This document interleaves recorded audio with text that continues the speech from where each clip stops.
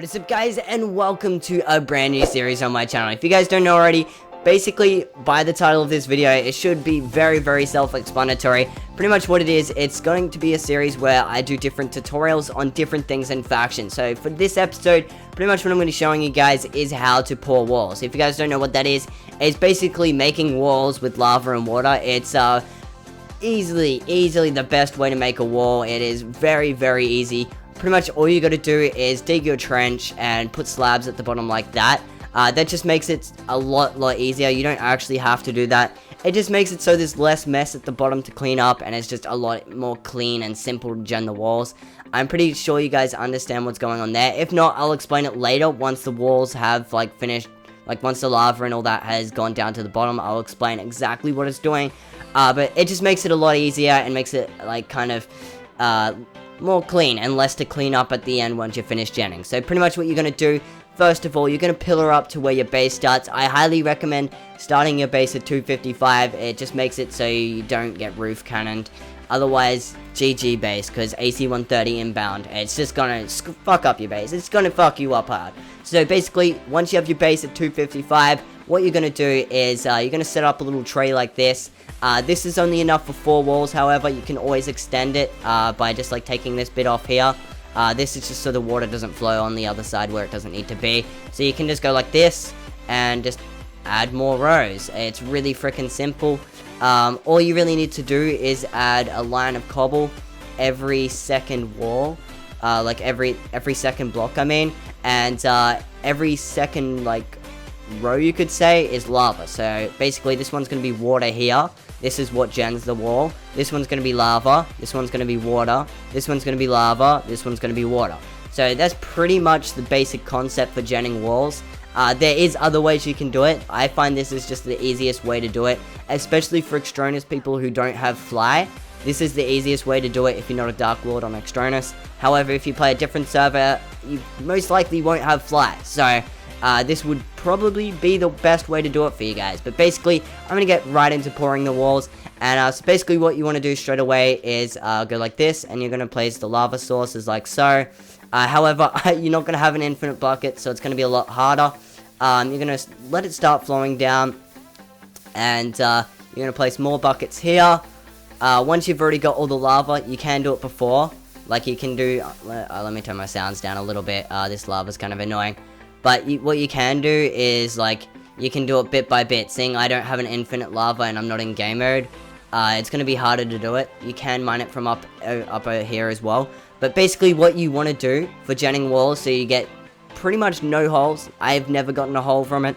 And pretty much what you do right here is, you just go ahead and you break the blocks underneath. Because basically when you're genning walls, you need a 3-wide lava source. And I'm not sure exactly why it is, but that's just the way it makes it so there's literally no holes whatsoever, and just makes it the cleanest gen you can possibly get. So you're just going to go ahead and you're going to do like that, like so, and then you're going to wait for the lava to leak down. I'm going to do a little cut. It's not going to take too long, seeing I'm only starting it at Y100, which isn't exactly very high. You'll be starting it on higher heights most likely on other servers and stuff like that. And also in single player, it is a lot quicker to gen because the lava flows aren't slowed down. However, on most other servers, lava speeds are slowed down significantly, so it's going to take you a lot longer for the lava to flow down. So it may take 10 to 15 minutes sometimes even just for your lava to flow down. So you got to be AFK right next to the lava sources as well, otherwise they may freeze and you may have to update the sources. So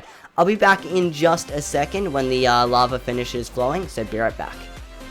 2,000 years later, 6.5 hours later, a few inches later, day 2, day 3, day 4, a few moments later. Okay guys, we're finally back after all the lava sinking down to the bottom. As you can see here, the kind of cobblestone slab brackets I put is helping a lot, because as you can see, it's kind of all gone into a little... oh, I didn't make this big enough. Oops. Oh, well, I'll just put it there. It doesn't really matter. But as you can see right here, the lava isn't going anywhere. It's staying inside there. If not, if you didn't have this, it'd be, flowing all over here. And when you gen, it's just going to make, cobblestone blocks everywhere like that. And it's going to make a lot of freaking mess. So, this is truly freaking the best way to, like, do it, I think, anyway. But yeah, pretty much we're all up to actually genning now. So we're gonna go /up 80 or 70 or whatever, then I'm gonna fly the rest. So pretty much, basically, once you've done this, you're gonna go ahead and you're gonna put a water source every so often. You don't need to put them like every source like you do with the lava. However, make sure you do it with the lava, otherwise it is not going to work. So you just put it like that, like so, and it's gonna make like this little kind of form the top of the wall, you could say. So it's not exactly that hard. And then once you've done that, you're just gonna go ahead and break the cobblestone. However, if you are in single player, you can use netherrack. It makes the blocks easier to break and easier to clean up. So I don't know, it's just up to you guys, personal preference. So basically, you just keep breaking these blocks, and as you can see, it's starting to gen as the water's flowing down. Don't get worried if the water flows faster than when it gens. The water will be at the bottom and it will still keep genning, so don't get worried if that happens, like it's not genning or something like that. It always happens like that. So as you can see, it's slowly genning now. However, you guys may need light client.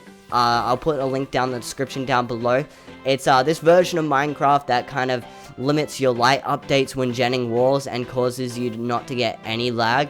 I'm not getting any lag at the moment because it usually happens when draining. I'm not 100% sure why. It can happen when you're genning as well if you're doing a lot of walls at once. However, I am on single player and I am only genning 4 walls, so it's not the most laggiest thing in the world. I'm getting a little bit of FPS drop, but not very much. So I highly recommend downloading Light Client, chuck it in your not mods folder, in your versions folder and launch it like that. However, it doesn't have Optifine or Raise minimap or anything like that. But you only really need it on when you're genning walls, so it's an easy thing to put on, and I highly recommend it. So that's pretty much the whole tutorial. Once it has finished genning all the way down to the bottom, all you can do is you just go straight up to the top, and you grab some sponges or some blocks if you don't have sponges on the server you play on, and you just place it on top, wait for all the blocks, for all the lava and water to leak down. You can then go down to the bottom, and you go ahead and like put the blocks underneath the walls like I was saying, and slab the remaining walls that haven't been slabbed. So it's a really simple concept to do. Doesn't take much time at all to do. It's a really easy thing to do. I highly recommend genning this way. Let me know what you guys thought of this first episode of this series. Let me know in the comments down below if there's a different way I could do this series, if there's a better way you think I should do it. Apologize if my commentating's a little off. Haven't commentated in a couple days.